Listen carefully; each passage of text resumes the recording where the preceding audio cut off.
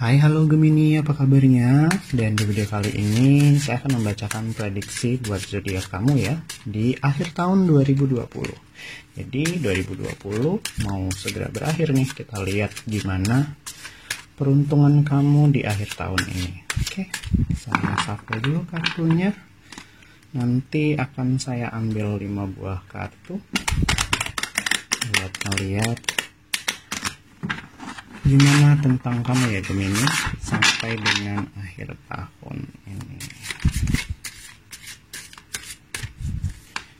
Oke, kita lihat. Oke, jadi kita ambil 5 buah kartu buat kamu. 2, 3, 4, dan 5.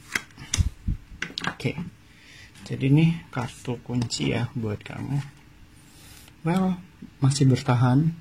Oke, bertahan dari apa nih? Kamu kayaknya bertahan banget akan sesuatu, meskipun sesuatu itu udah lama kehilangan rasa.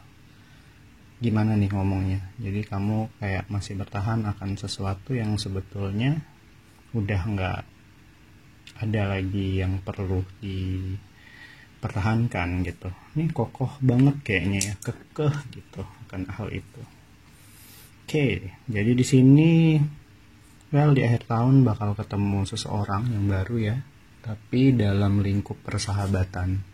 Jadi mungkin kamu membuat pertemanan yang baru dengan orang yang baru, dengan persahabatan baru, atau teman bisnis baru. Kamu bakal ketemu orang baru yang kedepannya di tahun-tahun setelah 2020 ini bakal jadi salah satu orang yang paling dekat sama kamu nantinya. Oke, jadi di akhir tahun ini kayaknya kelihatan bakal ada pemicu dari suatu permasalahan. Jadi permasalahan ini tuh bukan timbulnya di tahun ini ya, timbulnya mungkin di tahun depan, tapi pemicunya itu mulai terjadi di akhir-akhir tahun 2020. Jadi sebisa mungkin saya menyarankan agar kamu untuk berhati-hati dalam mengambil tindakan ataupun mengucapkan sesuatu, karena itu bisa jadi pemicu permasalahannya. Oke, jadi kamu harus lebih hati-hati dalam mengambil tindakan. Dan jadi di sini masih ada terlihat pertemanan ya. Jadi kamu kayaknya emang orang yang baik banget dan punya banyak teman, dan ya walaupun mungkin teman kamu beberapa, tapi itu teman-teman yang emang benar-benar berkualitas, bukan orang teman yang fake gitu ya. Tapi di sini kayaknya kelihatan di akhir tahun ini juga kamu membutuhkan beberapa bantuan dari teman kamu, mungkin untuk mengatasi suatu permasalahan, baik itu permasalahan hati, perasaan, atau mungkin juga di permasalahan hal yang lain ya, bisa jadi hubungan keluarga dan lain-lain. Jadi intinya kamu emang ngebutuhin beberapa orang teman yang mungkin kamu anggap paling dekat ke kamu, itu untuk setidaknya membantu melegakan perasaan yang sedikit sedang tidak baik gitu ya. Oke, jadi di akhir tahun ini juga bakal kebuka nih kunci ya. Kamu udah menemukan satu cara di mana kamu kayaknya di bulan-bulan sebelumnya, mungkin di awal tahun, mungkin kesulitan dalam menghadapi segala hal, dalam sesuatu hal gitu ya.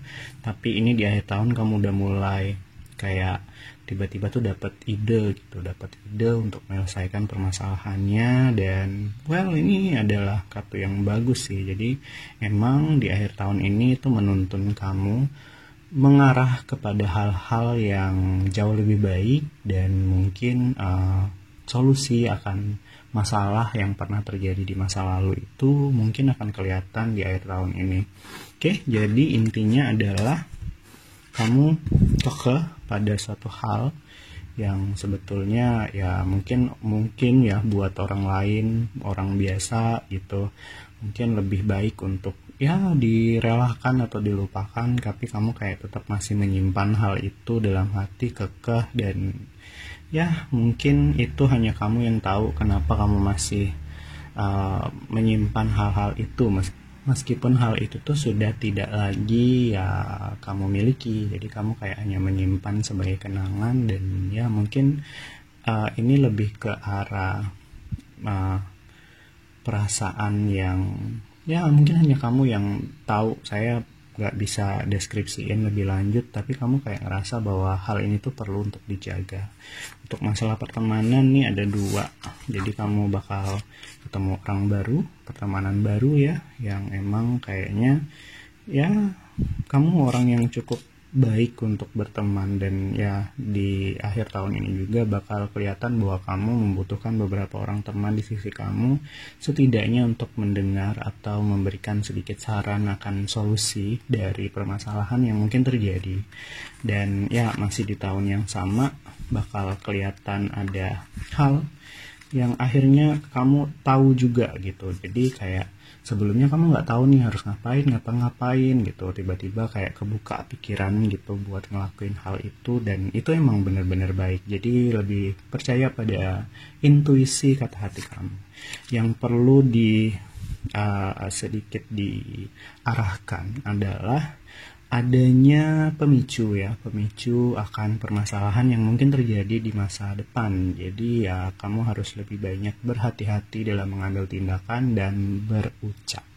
Oke, itu saja buat kamu. Oke, silahkan like jika suka video ini. Jika ada yang ingin curhat, silahkan kirimkan curhatan kalian melalui alamat email yang ada di kolom deskripsi. Saya Arul Ong, sampai ketemu di video selanjutnya.